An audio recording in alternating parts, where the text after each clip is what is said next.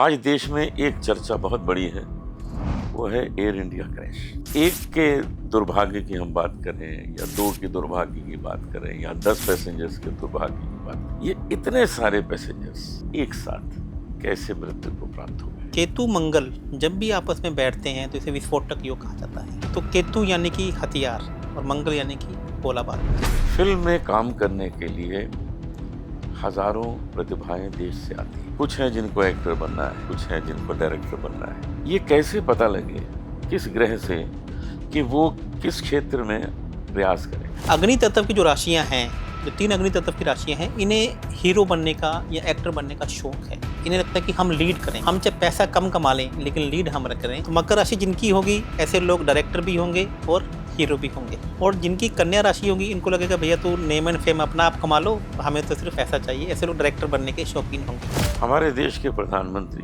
नरेंद्र मोदी जी और बिहार के मुख्यमंत्री नीतीश जी, लोग जानना चाहते हैं कि एक राशि के ये लोग कब तक मित्र बने रहेंगे। 12 राशियों में से ये सबसे ज़्यादा रिस्क टेकिंग राशि है तो वह वृश्चिक राशि। इनके दिमाग में क्या चल रहा है ये किसी को नहीं बताते। तो जो लोग सक्सेस नहीं पा रहे हैं, कहीं सेल नंबर से, मोबाइल नंबर से संबंध है उसका। सेकंड लास्ट जो नंबर होता है वह सामने वाले का होता है जो आपको फ़ोन करता है, और जो लास्ट नंबर है वह आप खुद हैं। तो कभी भी आपका सेकंड लास्ट नंबर लास्ट वाले नंबर से बड़ा नहीं होना चाहिए। नमस्कार, मेरे साथ देश के बहुत ही प्रसिद्ध और बहुत आदरणीय एस्ट्रोलॉजर आचार्य श्री लव भूषण जी बैठे हैं। लव भूषण जी में जो विशेषताएं हैं, जो इनमें विद्या है, आज हम उसकी चर्चा करेंगे। जापे कृपा राम की होई, तापे कृपा करे सब कोई। कहते हैं कि जो ईश्वर को प्रसन्न कर ले तो सभी उससे प्रसन्न हो जाते हैं। यहाँ पर आचार्य जी, एक शंका मेरे मन में आती है जी आज देश में एक चर्चा बहुत बड़ी है, वो है एयर इंडिया क्रैश। जी जी एक के दुर्भाग्य की हम बात करें या दो की दुर्भाग्य की बात करें या 10 पैसेंजर्स के दुर्भाग्य की बात करें, ये इतने सारे पैसेंजर्स एक साथ कैसे मृत्यु को प्राप्त हो गए। देखिए, यह खगोलीय घटनाएं इस चीज़ को दर्शाती हैं हमारे होरोस्कोप में या हमारे ब्रह्मांड के अंदर, सौर मंडल के अंदर। जैसे ही मंगल का गोचर केतु के ऊपर से हुआ तो ये मंगल अपनी चौथी दृष्टि से वृश्चिक राशि को देख रहा था, अपनी 7वीं दृष्टि से यह राहु को देख रहे थे मंगल, और अपनी 8वीं दृष्टि से ये शनि महाराज जी को देख रहे थे जो मीन राशि में बैठे हैं। शनि महाराज जी वायु तत्व की राशि है, और मंगल का जो नेचर है वो जैसे केतु के ऊपर के होने से बाद मंगल का जो नेचर है वो पूरा चेंज हो गया, वो केतु की तरह हो गया। केतु मंगल जब भी आपस में बैठते हैं तो इसे विस्फोटक योग कहा जाता है। तो केतु यानी कि हथियार और मंगल यानी कि गोला बारूद। और मंगल एकदम से पीड़ित हो गया क्योंकि केतु के साथ में बैठ गया।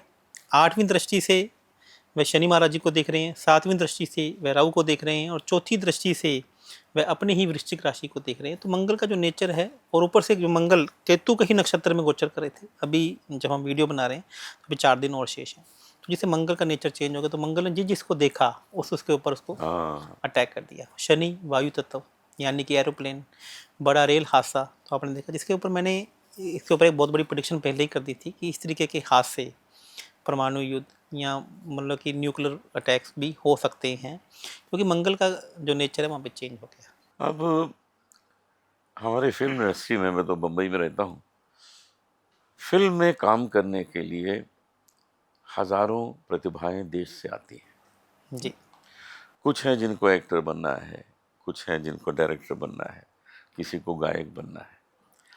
ये कैसे पता लगे किस ग्रह से कि वो किस क्षेत्र में प्रयास करें, क्योंकि बहुत बार ऐसा हुआ है, कोई डायरेक्टर बनने आया वो हीरो बन गया कोई हीरो बनने आया वो सिंगर बन गया।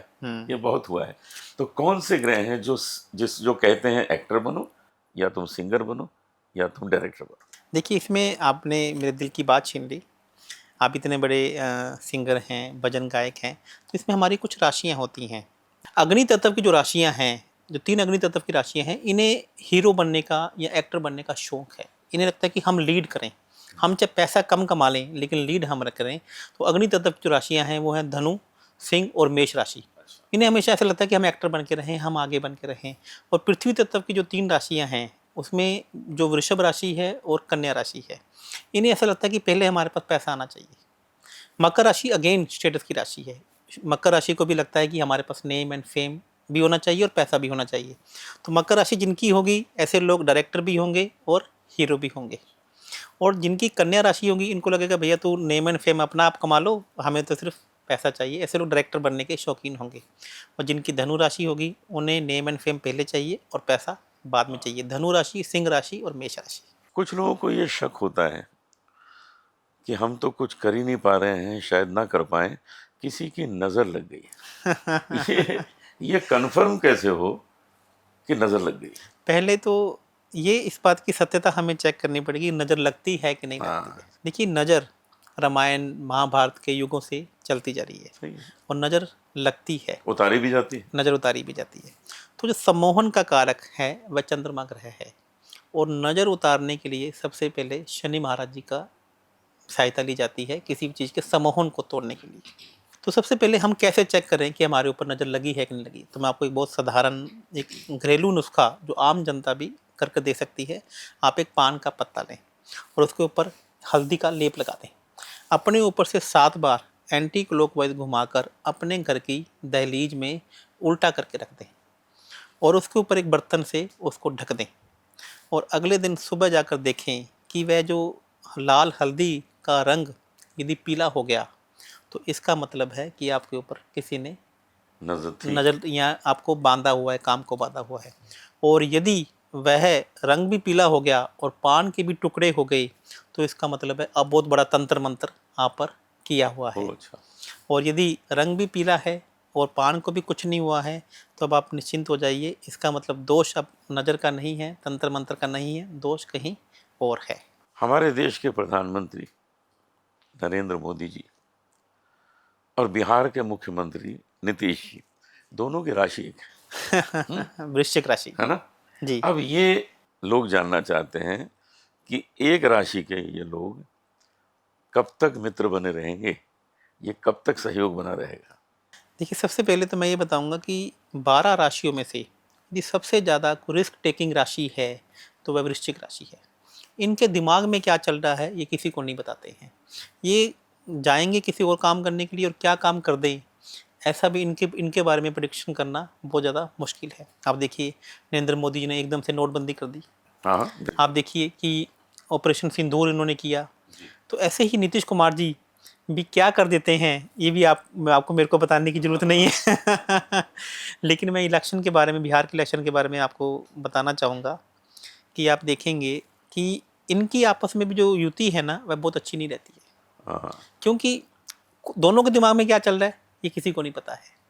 तो यहाँ पर इनके आपस में अच्छा संबंध बनाने के लिए हमें एक दूसरी राशि का सहयोग चाहिए होता है, वह धनु की राशि हो या फिर शुक्र की राशि मतलब हो। तीसरी राशि चाहिए। तीसरी राशि इनके सहयोग बनाने के लिए चाहिए।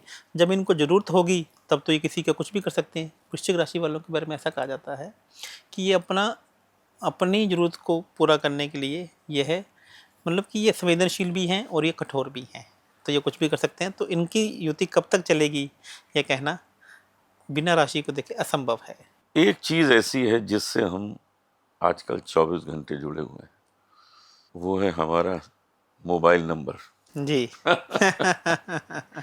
अब जैसे मैं अपनी बात बताऊं कि जब मोबाइल आया था उसको 28-29 साल हुए, तो मैंने तब लिया था 2-3 दिन के अंदर ही, और तब से आज तक मेरा नंबर वही है, मैंने चेंज नहीं किया। जी इसका मतलब वो सूट करता है जी कि मुझे कभी इस तरह का कोई कष्ट नहीं आया। ठीक है, बाकी कष्ट आए, जी। लेकिन ये जो प्रोफेशनल लेवल है वो अभी तक बना रहा। तो जो लोग सक्सेस नहीं पा रहे हैं, कहीं सेल नंबर से, मोबाइल नंबर से संबंध है उसका? देखिए, नंबर्स आपकी वाइब्रेशन को दिखाता है। मोबाइल नंबर का मैं आपको अपना मोबाइल चेक करने का एक तरीका आपको बता देता हूँ। इसमें जो सेकंड लास्ट जो नंबर होता है वह सामने वाले का होता है जो आपको फ़ोन करता है, और जो लास्ट नंबर है वह आप खुद हैं। तो कभी भी आपका सेकंड लास्ट नंबर लास्ट वाले नंबर से बड़ा नहीं होना चाहिए।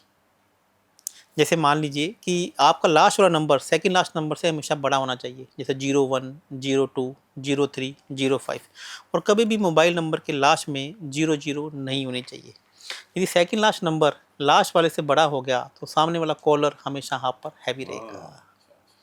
और यदि सेकंड लास्ट नंबर छोटा रहा और आप लास्ट नंबर बड़ा रहा तो वो सामने वाले से ज़्यादा आप हावी रहेंगे। और कभी भी लास्ट में 200 नहीं आनी चाहिए। ये 00 आती है तो आपकी बातों का सामने वाला आपको कॉल करेगा, आप सामने वाले को कॉल करेंगे तो उसके सार्थक अर्थ जल्दी से नहीं निकलेंगे।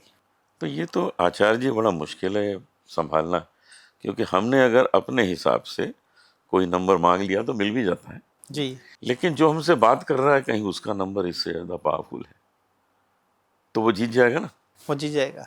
ये भाग्य की बात है ये भाग्य कि की आप बात है। किससे बात कर रहे हो, आप क्या। किससे बात कर रहे हैं और किससे नहीं बात कर रहे हैं। तो इसमें एक बात और भी मैं आपको बता देता हूँ कि लास्ट के 2 नंबर का टोटल भी आपके नेम नंबर से इसकी वाइब्रेशन को होना चाहिए। तो ये आपको बताता है कि आपसे सामने वाले की जो बात होगी वो कैसी होगी। सामने वाला जो बात करेगा वो हंसी मजाक से करेगा या अथॉरिटी से करेगा, छोटी बात करेगा या लंबी बात करेगा। ये भी हम सामने वाले के मोबाइल नंबर को देखकर हम बता सकते हैं। श्रावण के दिन आ गए हैं, जी, भगवान शंकर की हर जगह जय जयकार हो रही है। जी। भगवान शंकर हमारे जीवन में कितने सहयोगी हैं। शंकर तीन देवता जैसे ब्रह्मा विष्णु महेश, जैसे गॉड की हम यदि बात करें तो गॉड की फुल फॉर्म है जनरेटर, ऑपरेटर एंड डिस्ट्रॉयर। तो उसमें जो डिस्ट्रॉयर हैं वह भगवान शिव हैं। हमारे जो 3 गुण हम कहते हैं रासिक, सात्विक एंड तामसिक, उसमें जो तामसिक हैं वह भगवान शिव हैं। यदि हमें हमारी ज़िंदगी में वह ठहराव नहीं मिल रहा, वह सक्सेसफुल नहीं मिल रही, तो उसके भी कारक भगवान शिव है। भगवान शिव से बड़ा तो इस दुनिया में कोई नहीं है।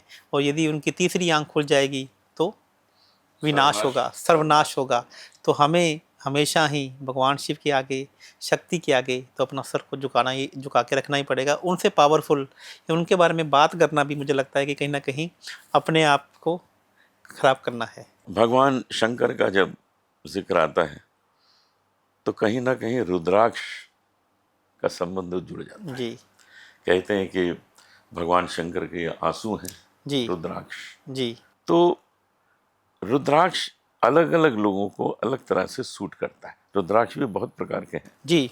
जो स्पोर्ट्समैन है उसको कैसा रुद्राक्ष पहनना चाहिए। 3 मुखी रुद्राक्ष, 3 मुखी। क्योंकि 3 मुखी जो रुद्राक्ष है ये मंगल का रुद्राक्ष है। यदि आप स्पोर्ट्स में अच्छा नहीं कर पा रहे हैं, आपको आलस आ रहा है, आपका ब्लड सर्कुलेशन अच्छा नहीं चल रहा है, तो आपको 3 मुखी रुद्राक्ष धारण करना चाहिए। पॉलिटिशियन को कैसा लगाना चाहिए। पॉलिटिशियन के लिए जो सबसे अच्छा रुद्राक्ष है वह एक मुखी रुद्राक्ष है। हाँ, एक मुखी जिसे भगवान शिव का स्वयं का रुद्राक्ष कहा जाता है। एक मुखी रुद्राक्ष आपको नेम एंड फेम दिलाता है, जिसे सूर्य ग्रह से भी देखा जाता है। यदि आप समाज में अपना अलग ही वर्चस्व स्थापित करना चाहते हैं तो आपको एक मुखी रुद्राक्ष धारण करना चाहिए। हम कलाकारों को कौन सा पहनना चाहिए। शुक्र का रुद्राक्ष। अच्छा, 8 मुखी रुद्राक्ष। 8 मुखी रुद्राक्ष जिसे लक्ष्मी का रुद्राक्ष कहा जाता है, जिसे इनर पीस का रुद्राक्ष कहा जाता है। जो आप कलाकार लोग हैं, आपके अंदर इंटरनल आर्ट की जरूरत आपको बहुत ज़्यादा है। तो इंटरनल आर्ट का जो रुद्राक्ष है वह 8 मुखी रुद्राक्ष है। यदि आप ऐसा रुद्राक्ष पहन के चलते हैं तो आपकी इनर पीस आपके अंदर डेवलप होना शुरू हो जाएगी। ये सब संभव है मिलना। हाँ, बिल्कुल संभव है। इसमें आप हमने भी अपनी एक वेबसाइट शुरू की है अभी, लाइफ चेंजिंग एस्ट्रो। तो वहाँ पे भी हमने जितने भी रुद्राक्ष हैं उनको अभिमंत्रित 100% नेपाली हमने उनको अपनी वेबसाइट पे डाउनलोड किया, वहाँ पे जाकर भी खरीद सकते हैं। ये जो मैं स्फटिक पहनता हूँ, जी, क्या ये भी रुद्राक्ष की तरह ही काम करता है। स्फटिक जिसे पृथ्वी तत्व से देखा जाता है।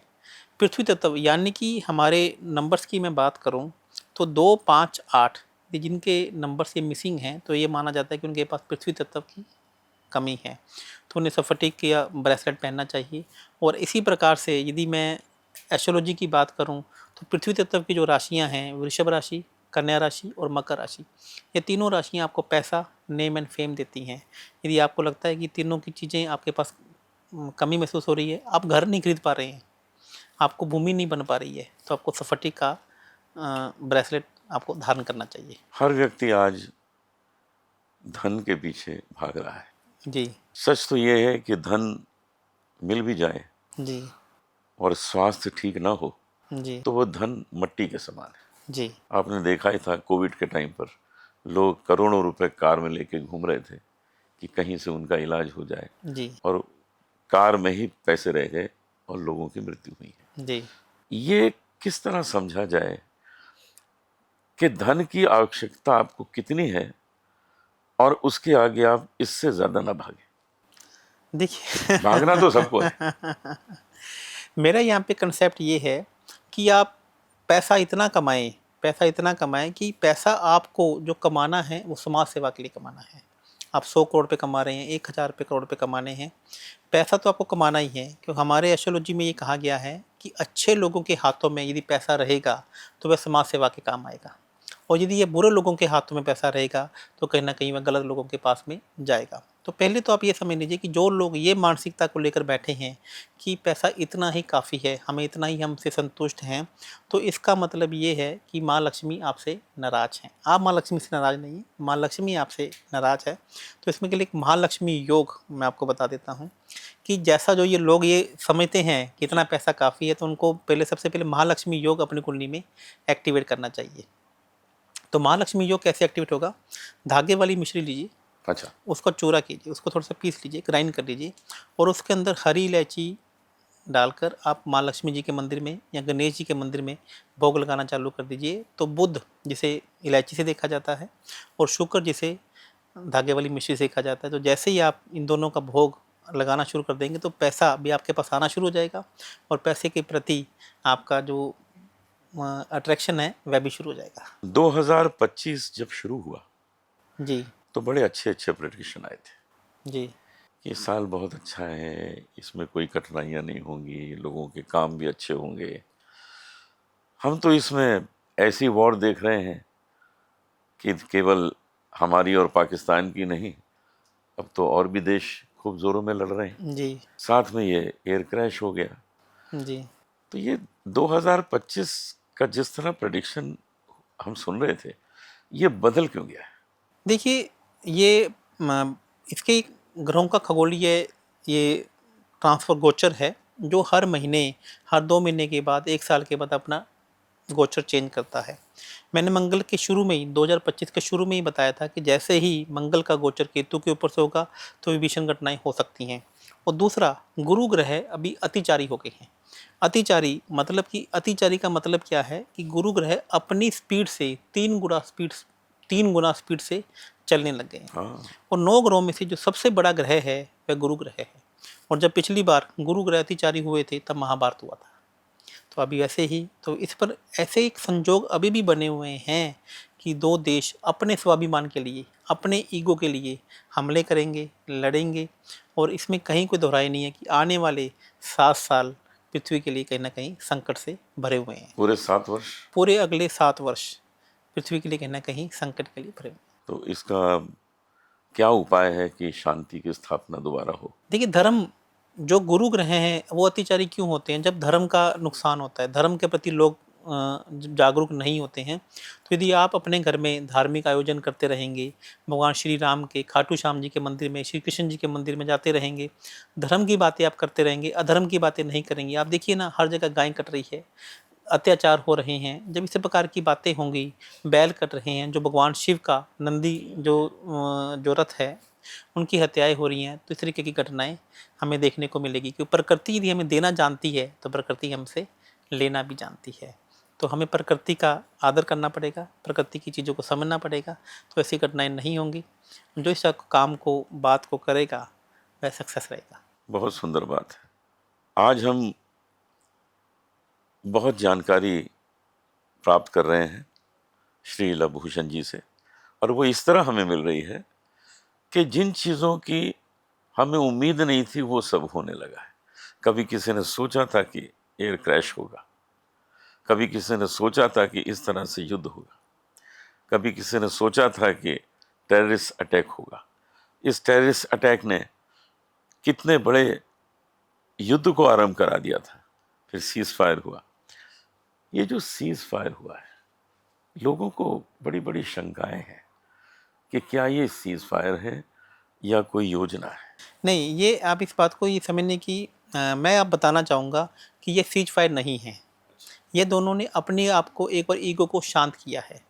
भारत और पाकिस्तान, ईरान और इराक, ईरान और जो इजराइल का युद्ध चल रहा है, रूस और यूक्रेन का जो युद्ध चल रहा है, यह आने वाले 7 सालों में छोटी ऐसी घटनाएं आपको बार बार देखने को मिलती रहेंगी। जब तक गुरु का गोचर गुरु अधिचारी हैं तो लोग अपनी ईगो को शांत करके नहीं बैठ पाएंगे।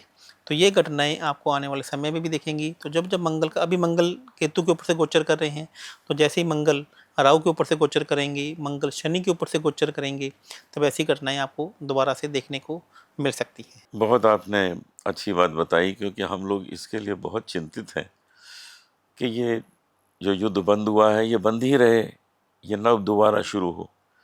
लेकिन सच ये है कि जो नक्षत्र हैं, जो ग्रह हैं, वो अपना कार्य करते हैं, वो रुकते नहीं हैं। हमारा देश प्रगति के रास्ते पर है और संसार की बड़ी शक्तियों में एक शक्ति बन रहा है। लेकिन ग्रह कुछ भी कहते हैं और वो करके रहते हैं जो कहते हैं। तो हमें ईश्वर से ये प्रार्थना करनी है कि जिस राह पे आज देश हमारा चल रहा है, जिस तरह से आगे बढ़ रहा है, वो यूं ही बढ़ता रहे और ईश्वर उन ग्रहों की दिशा हटा दे। जानकी नाथ सहाय करें जब, कौन बिगाड़ करे नर तेरो। जी सूरज मंगल सोम भृगु सुत, बुध और गुरुवर दायक तेरो। आप ईश्वर का भजन करें तो ये जितने ग्रह हैं ये आपके सहायक हो जाते हैं। इसलिए सबसे बड़ी जो रेमेडी है वो है ईश्वर का भजन करना, अपने घर में पूजा पाठ करना। आपके घर के अगर घर में आपके मंदिर है तो कहीं भी जाने से पहले वहाँ खड़े होकर प्रार्थना कर लीजिए, आने के बाद प्रभु को प्रणाम कर लीजिए। तो ये जितने ग्रह हैं ये आपके सहायक हो जाते हैं। सूरज मंगल सोम भृगु सुत, बुध और गुरुवर दायक तेरो। राहु केतु की नाही गम्यता, संग शनीचर होत उचेरो। ये सारे ग्रह आपको प्रेम से देखने लगते हैं। इसलिए ईश्वर का ध्यान कीजिए और ईश्वर से यही प्रार्थना कीजिए कि केवल हमारा ही नहीं, सबका कल्याण करें और सब आनंद से रहें। जी, बहुत ही बढ़िया, बहुत खूब आपने बातें की। देखिए, ईश्वर से बढ़कर तो कोई भी नहीं है और वही करने वाला है। आपके अच्छे कर्म और बुरे कर्म हमें हमारी एस्ट्रोलॉजी बताने में कहीं ना कहीं हमारी हेल्प करती है। सच बात। यदि हमें जानने अनजाने में भी कई बार ऐसी चीज़ें हो जाती हैं कि हम वह नहीं काम कार्य नहीं कर पाते जो हमें करने चाहिए। हमारी एस्ट्रोलॉजी का जो नवा घर है, जो नौवां घर है, वह हमारी लाइफ का उद्देश्य बताता है कि आप इस जन्म में क्या करने आए हैं और आपका भाग्य क्या आपके करने से उदय होगा। जैसे मैं आपको अभी एक एग्जांपल से बताना चाहूँगा कि जैसे मेरे 12वें 9वें घर में मीन राशि बैठी है, तो जब तक मैं आश्रम में के लोगों की सेवा नहीं करूँगा, निसहाय लोगों की सेवा नहीं करूँगा, तो मेरा भाग्य उदय नहीं होगा। तो इस प्रकार से हमें जो एस्ट्रोलॉजी है ये हमें एक रास्ता बताती है कि आपको किस मार्ग पे जाना है, आपको क्या काम करना है। और ऐसी इच्छा पूर्ति, मान लीजिए किसी को लाभ नहीं हो रहा है, किसी को प्रॉफिट नहीं हो रहा है, तो आपको 11वां घर देखना है कि आपके 11वें घर में कौन सी राशि बैठी है और कौन सा ग्रह बैठा है। जैसे मैं एक एग्जांपल से अपनी ही बात करता हूँ, तो मेरे 11वें घर में वृषभ राशि बैठी है। हाँ। तो इसका मतलब है कि मैं जो पैसा कमाऊंगा वह बोल कर कमाऊंगा। मेरे लिए जो अच्छा बिजनेस होगा वह कैटरिंग का बिजनेस, रत्नों का बिजनेस, या इस पहाड़ों पर जाना। जैसे ही मैं पहाड़ों पर जाना शुरू कर दूंगा तो मेरा लाभ का जो घर है वह एक्टिवेट हो जाएगा। बहुत अच्छा। और पैसा कैसे कमाएंगे, पैसा कैसे आएगा, तो ये आपको दूसरा घर बताता है। तो दूसरे घर में मेरी सिंह की राशि बैठी है, तो इसका मतलब क्या है कि जैसे ही मैं किसी की, मेरा नेचर स्पोर्ट्समैनशिप का होगा, हेल्प करने का नेचर होगा, तो मैं ज़्यादा पैसा कमाऊंगा। प्रॉब्लम सॉल्विंग, कंसल्टेंसी का बिजनेस, कंसल्टेंसी का काम मेरे लिए ज़्यादा अच्छा रह सकता है। तो इस प्रकार से हम अपने हॉरोस्कोप को देखकर हम अपने कर्मों को, हम अपनी दिशाओं को डिसाइड करते हैं। और यह है क्या कि यह क्यों बनाई गई है एस्ट्रोलॉजी, कि सारे के सारे लोग ऐसा ना हो ना कि एक ही काम में लग जाए। हाँ। कि आपको ये एस्ट्रोलॉजी बताती है कि आप किस काम के लिए आए हैं, आपका उद्देश्य क्या है, आपके ऐसे कौन से कर्मास हैं जो आपके पिछले जन्म में पेंडिंग रह गए हैं। पेंडिंग कर्म कौन बताता है, आपका 5वां घर। और इस जन्म में कौन से काम को कंप्लीट करना है, ये बताता है आपका 9वां घर। तो यदि हम इन दोनों का संगम बना लें, हमें पता लग जाए, हम पेंडिंग कर्मास को पूरे कर लें, तो कहीं ना कहीं हमारी लाइफ कि जो रास्ते हैं वह थोड़े आसान हो जाते हैं और हमें हाईवे मिल जाता है। बहुत अच्छी बात है इन चीज़ों को समझने के लिए कि आप किस क्षेत्र में सक्सेसफुल होंगे। आप आचार्य लव भूषण जी से ज़रूर मिलिए और मुझे विश्वास है कि आपकी सारी शंकाएं दूर होंगी और आप एक सही मार्ग पर चलेंगे, क्योंकि आपकी एस्ट्रोलॉजी, आपके नक्षत्र, आपके ग्रह आपको कुछ बताते हैं, उन्हें जानना बहुत आवश्यक है।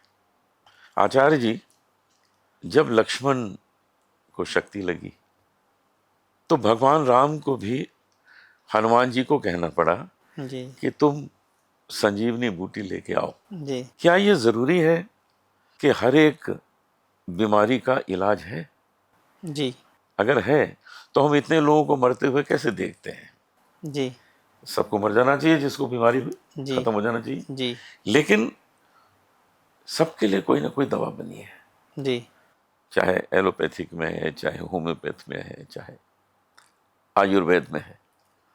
सही दवा मिल जाए तो क्या मनुष्य लक्ष्मण की तरह जीवित हो जाता है? बिल्कुल हो सकता है। यहाँ पे हम हमारे एस्ट्रोलॉजी में जो छठा भाव है इसे रोग ऋण शत्रु का कहा गया है, और इसका जो पांचवा घर है इसे उसका नगेट कहा गया है, उसको इसका नगेशन कहा गया है। यदि छठे भाव का यदि हमें छठे भाव के अंदर रोग ऋण शत्रु जो बैठे हुए हैं उनको ख़त्म करना है तो आपको पांचवें घर की दवाई लेनी पड़ेगी। हाँ, यदि वहाँ पे सूर्य ग्रह बैठे हैं तो इसका मतलब आपको एलोपैथी दवाई लेनी पड़ेगी। यदि वहाँ पे शुक्र ग्रह बैठे हैं तो इसका मतलब आपको होम्योपैथिक दवाई काम करेगी। यदि वहाँ पर गुरु ग्रह बैठे हैं तो इसका मतलब है कि आयुर्वेदा दवाई अब आपके लिए काम करेगी।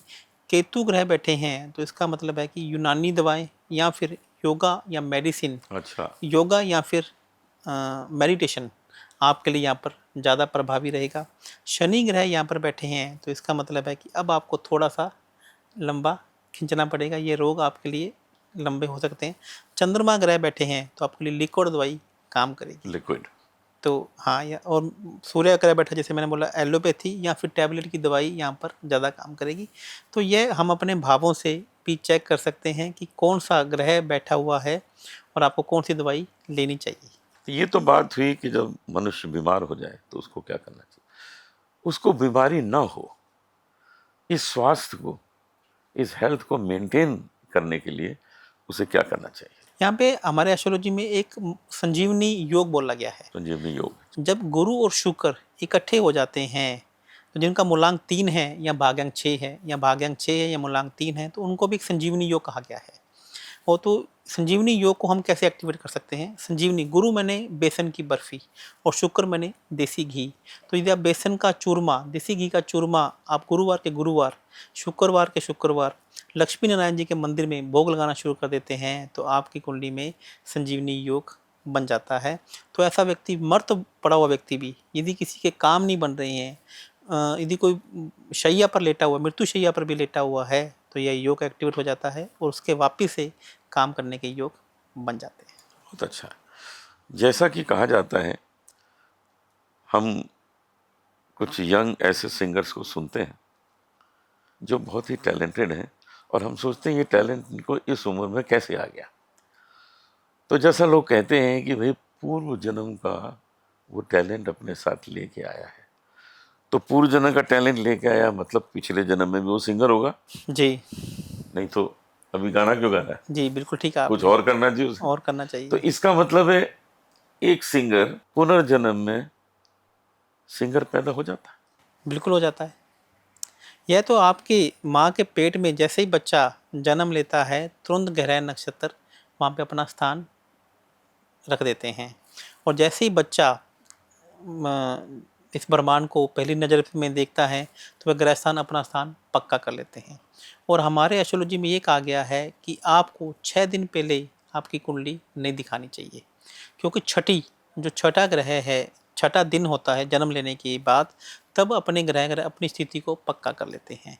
तो आपने देखा होगा कि बहुत जगह पे नामकरण बच्चे का हाँ हाँ, छठी के दिन होता है, जी, चीज़ों छठी को छठी। छठी के दिन बच्चे का नामकरण किया जाता है और छठी दिन ही कुंडली उसकी बनाई जाती है। तो यह चीज़ें पूर्व निर्धारित हैं या पूर्व जन्म में क्या थे और इस जन्म में क्या करने के लिए आए हैं। बहुत अच्छा। मैं ऐसे बहुत से कलाकारों को जानता हूँ जिनमें कला तो बहुत अच्छी है, भाग्य उदय नहीं हुआ है। कला बहुत अच्छी, जी। ये कैसे हो सकता है कि उसका भाग्य उदय जल्दी हो? भाग्य यानी कि आपका नौवां घर, भाग्य का घर जिसे नौवां घर कहा जाता है। यदि भाग्य आपके नौवें घर का मालिक आपका छठे घर में बैठ जाए, नौवें घर का मालिक आठवें घर में बैठ जाए और या फिर 12वें घर में बैठ जाए, तो इसका मतलब ऐसे जातक को अपने ही भाग्य से लड़ना पड़ता है। भाग्य यानी कि गुरु। तो यहाँ पर मैं दोबारा से आपको एक बात कहना चाहूँगा, यदि आप चाहते हैं कि भाग्य आपका साथ दे तो सबसे पहले अपने भाग्य को कोसना बंद कीजिए। आप सबसे पहले सुबह उठिए, भगवान का धन्यवाद कीजिए कि जो आपको मिला है उसके लिए, क्योंकि हम में से 99% लोग अपने भाग्य को कोसते रहते हैं। तो इसका मतलब ये है कि हमने अपने 9th हाउस को खराब कर लिया है, भाग्य को खराब कर लिया है। और यदि आपको अपना भाग्य जगाना है तो यानी कि धनु राशि, नवां घर है लॉन्ग ट्रैवल। आप कहीं भी पहाड़ों पर जाइए जहाँ पर देवी देवताओं का स्थान है, और वहाँ पर जाकर आप चीनी कोटेड फुलिया का प्रसाद आता है जिसे आपने सुना होगा, तो वह जाकर आप चढ़ा देते हैं, तो इसे आपका चंद्रमा और मंगल और गुरु ग्रह, तीनों ग्रह आपके एक्टिवेट हो जाते हैं और भाग्य आपके साथ में आकर खड़ा हो जाता है। तो दूर स्थान पर लॉन्ग ट्रैवल यदि आप किसी धार्मिक स्थान पर जाते हैं तो तभी आपका भाग्य उदय हो जाता है। मिर्जा गालिब ने भी एक शेर कहा है कि अपनी किस्मत को क्यों बुरा कहिए, आप चाहें तो क्या नहीं होता। इसलिए किस्मत को कोसना बिल्कुल गलत है। आप उसके लिए काम करिए। आपका पुरुषार्थ जब पॉजिटिव होगा तो आपका भाग्य भी बदल जाएगा। एक और चीज़ है जो लोगों को बहुत परेशान करती रहती है। कोई कर्जा लिया हुआ है, कोई लोन लिया है, वो लोन चुका नहीं पा रहे। ऐसे भी आप कितने किस्से सुनते होंगे कि वो लोन नहीं चुका पाया तो उसने आत्महत्या कर ली। जी। कितने सुनते हैं। तो ये जो स्ट्रेस है लोन का, ठीक है वो तो समय से चुकाएगा ही जब पैसा आएगा, लेकिन ये जो स्ट्रेस है लोन का, उससे कैसे इंसान अपने को हल्का करे। मंगल ग्रह जब भी आपको अच्छे फल नहीं देता है तो आप लोन की स्थिति में आ जाते हैं। तो लोन को उतारने के लिए चुकंदर, आप 4 पीस चुकंदर के लीजिए और उन्हें कद्दूकस कीजिए। कद्दूकस करने के बाद उसमें चीनी, देसी घी, काले तिल और सफ़ेद तिल बनाकर उसके लड्डू बना के रख लीजिए सोमवार की रात को। तो ये लड्डू की जो संख्या है कम से कम भी 6 होनी चाहिए। और मंगलवार की सुबह सुबह दिन उगने से पहले पहले यदि आप वह लड्डू गौ माता को खिला देते हैं तो आप देखेंगे कि जो कर्जे के जो योग हैं आपकी कुंडली में, यदि आपने किसी को लोन देना है तो वह जो आपके योग आपके फेवर में आना शुरू हो जाएंगे। और यदि आप गौ माता को नहीं खिला पा रहे हैं या आप कहीं फॉरेन में रहते हैं तो सुबह सुबह दिन उगने से पहले, सूर्य उगने से पहले आप चींटियों को खिलाना शुरू कर दीजिए। तो यदि आप दोनों में से भी एक काम कर लेते हैं तो आप देखेंगे कि आपके चमत्कारिक रूप से कर्जा उतरना शुरू हो जाएगा। बहुत अच्छा है, ये तो बहुत ही अच्छा उपाय है और मैं चाहूँगा कि जिसको भी ये कठिनाई हो वो इस उपाय को ज़रूर करे और अपने सर पे जो टेंशन है, जो स्ट्रेस है, उससे दूर हट जाए। मित्रों, आज मैं आचार्य लवभूषण जी से मिला। इनके पास ज्योतिष के साथ साथ जो विद्या का भंडार है उससे मेरा आज परिचय हुआ। मनुष्य के अंदर तभी कोई विशेषता आती है जब उसने अध्ययन किया हो और अध्ययन के साथ साथ उस पर ईश्वर की कृपा प्राप्त हो। आचार्य लवभूषण जी से मिलकर आज दिल खुश हो गया, बहुत कुछ सीखने को मिला।